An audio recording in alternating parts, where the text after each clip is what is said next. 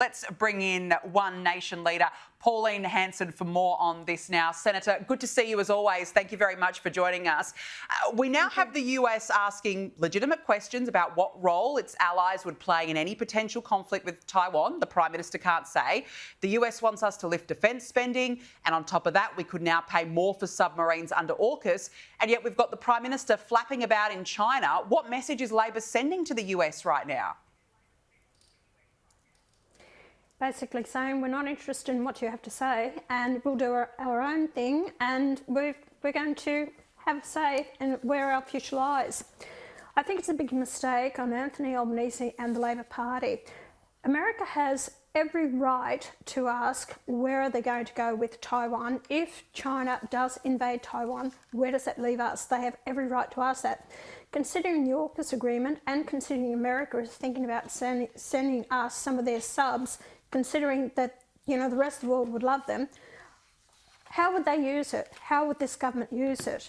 In the best interest of the deal that we have with America and our ally, an agreement with them? He's not prepared to even say that. As I've said constantly all the time, I don't trust this government. Albanese is a socialist, have no doubt about it. And I've read the white paper, the Labor white paper was about 15, 20 years ago, and I was shocked by it. It's basically opening up our borders to Asia, and that we would invite them down here in droves. They wouldn't have to get visas to actually come down to this country, and that they were encouraging Australians to learn to speak Asian languages. Now, if that's Labor's future for Australia, I'm in fear of that, because I don't want it. I'll be upfront and honest. I don't want it. I don't want us to be Asianised, and I've always said that from 1996 in my first maiden speech to Parliament. So it really concerns me where his head is at. He has an obligation on national security to tell the people what he thinks. We've seen so many changes of Prime Ministers in this country, especially from Rudd, Gillard, Rudd, Tony Abbott, then we had Turnbull, then we had Morrison. And to leave this in the hands of a Prime Minister solely at his whim, I think is a big mistake. I think when it comes to something like this defence, I think the two major political parties should have a long-term goal and objective of where we lie as a nation and where we will stand on these issues. We've seen a changeover and turnover of too many Prime Ministers in this country. I would like to see a united front that would give us a long-term vision for this country and security to the people. So, Senator, we've got Anthony Albanese in China at the moment. He's spruiking tourism and trade, while the US alliance seems to be at an all-time low. As I said earlier, Anthony Albanese's got a 6-day tour of China, can't organise a phone call with the United States. The optics are not good, are they? No, they're not at all good. And that's what we said. I think he saw Zelensky get a dressing down by Trump. And he thought, I'm not going to go through that. I will actually not get in touch. I won't have a visit with him. And, you know, it is a matter of just picking up the phone. I travelled with him, and I've said this repeatedly, I travelled with Albanese overseas. I saw his interaction with leaders over there.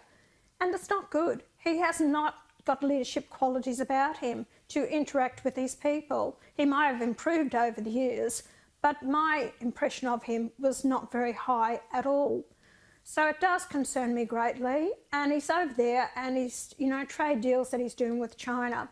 You know, the fact is he's boosting them. This is a country who has carbon emissions over 30%, and yet he's destroying, decarbonising Australia and deindustrialising us as a nation. He's more concerned about them having trade with us than what he is looking after our own industries and manufacturing here in Australia. So he's not, you know, working for us. I've got to ask you, Senator, you just said that you were not impressed with Anthony Albanese's interactions with other leaders. Can you expand on that? What have you seen that made you feel so doubtful about his ability to relate to other world leaders? Well, wasn't the world leaders, it was the leaders in the nation, the governors in India, and that's where he travelled all across India. I just didn't feel that he interacted with them. I think he was very poor in his conversation, the questions, even his answers to their questions. And actually, I will tell you this, Milton Dick was on that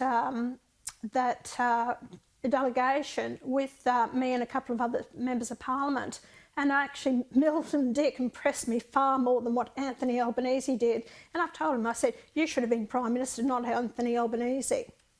Yeah, it's fascinating to hear perspectives from people about what our own Prime Minister is actually like on the international stage. So there you go.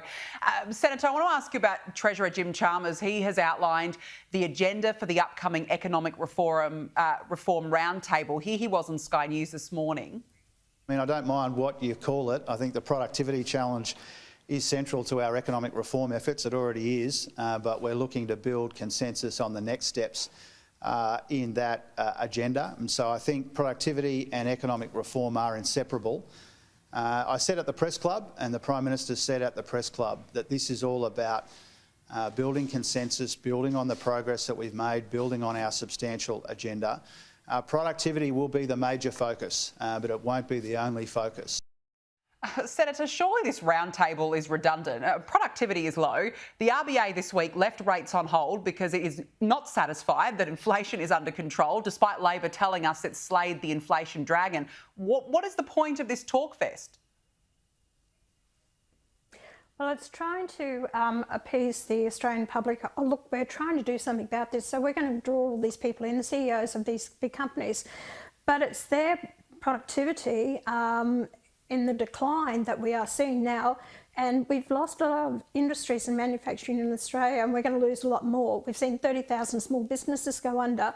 It's due to the carbon credits, or not carbon credits, but, you know, the net zero, that we're headed down that path. It's industrial relations policies that's actually destroying people, putting on more workers. All these extra days that people have a year, you know, take more time off. Now we'll be down to about, it won't be long before we're going to be having 30 or 35 days, hours a week in work, and then that's going to be more productivity gone. You got members of the bureaucrats who are working from home. That's a loss in productivity.